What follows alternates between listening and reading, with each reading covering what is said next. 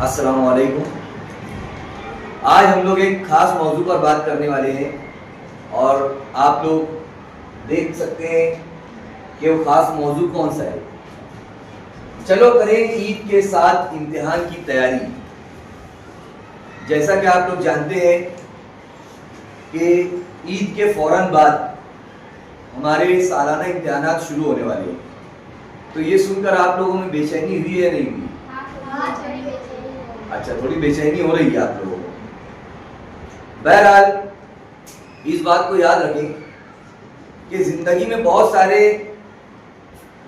ایسے وقت آئیں گے جب ایک ساتھ ہمیں کئی کام کرنا پڑتے ہیں، تو یہ جو امتحان ہمارے آ رہے ہیں اور عید کا تہوار بھی آ رہا ہے، تو ایک ساتھ ہمیں دونوں کی تیاری کرنا ہے اور ہم لوگ کر سکتے ہیں۔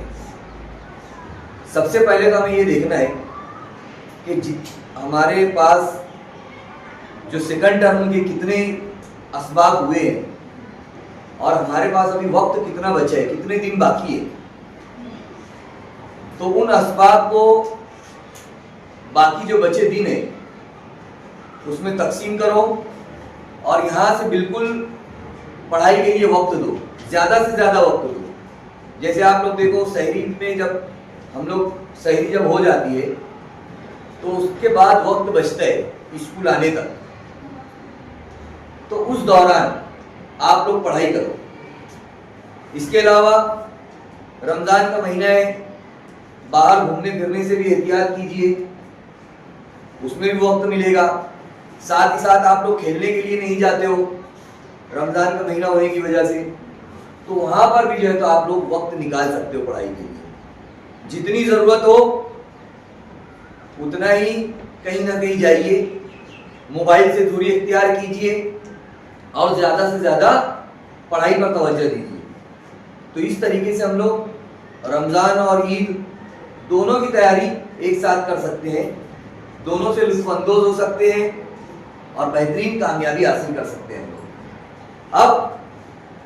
ابھی آپ لوگ پڑھائی جب کر رہے ہو تو کون کون سی باتوں پر دھیان دینا ہے، اس کے اوپر بھی ہم لوگ بات کریں گے۔ سب سے پہلے تو آپ لوگ آسان جو ٹاپکس ہے ان کو سلیکٹ کیجئے، آسان سوالات کے جوابات۔ دوسرا، جو چیزیں ہم بتاتے ہیں اساتذہ آپ لوگوں کو، امپورٹنٹ چیزیں کہ یہ امتحان میں آ سکتا ہے یا یہ مواد بہت اہمیت کا حامل ہے، تو اس کے اوپر آپ زیادہ سے زیادہ توجہ دیجیے۔ رٹنا جو کام ہے، رٹنے والا کام، وہ مت کیجیے، بلکہ سمجھ کر پڑھیے۔ پہلے سوال کو سمجھیے، اس کے بعد اس کے جواب کو پڑھیں، تو یہ بآسانی سے آپ لوگ کر سکتے ہو۔ مناسب وقت دے پڑھائی کو، طبیعت اپنی بہترین رکھیے، اچھی رکھیے طبیعت جب اچھی رہے گی تو آپ لوگوں کا پڑھائی میں بھی من لگے گا۔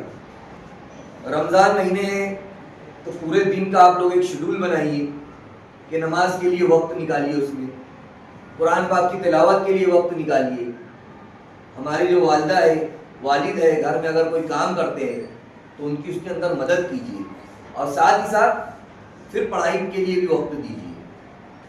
اب امتحانات جب شروع ہوں گے، اور یہ ایک بات یاد رکھیے کہ آپ کو عید کی جو چھٹی ہے وہ 5 سے 7 دنوں کی ملی ہے، تو ان 5 سے 7 دنوں میں 2 دن کم سے کم آپ لوگ اگر نہیں پڑھ پائیں گے تو بات الگ ہے، لیکن آپ کے پاس بچتے 4 سے 5 دن، تو ان 4 سے 5 دن میں آپ زیادہ سے زیادہ پڑھائی کے لیے وقت نکالیے۔ اس کا ایک ایک لمحہ جو ہے تو آپ کے لیے بہت قیمتی ہے۔ اور آپ لوگوں کو جیسا کہ پتہ ہے کہ جماعت پنجم اور جماعت ہشتم میں اب جو لوگ اگر پڑھائی پر صحیح توجہ نہیں دیں گے، پڑھائی میں پیچھے رہ جائیں گے، کمزور رہ جائیں گے، تو ان لوگوں کو اسی جماعت میں روکا جائے گا، آگے بڑھنے نہیں دیا جائے گا۔ تو غفلت مت برتیے، یہ سب چیزوں پر دھیان دیجیے۔ تو یہ تمام باتیں اگر ہم لوگ کریں گے انشاءاللہ تو ضرور بضرور کامیابی حاصل ہوگی اور یہ تہوار بھی ہمارا خوشی سے نکل جائے گا۔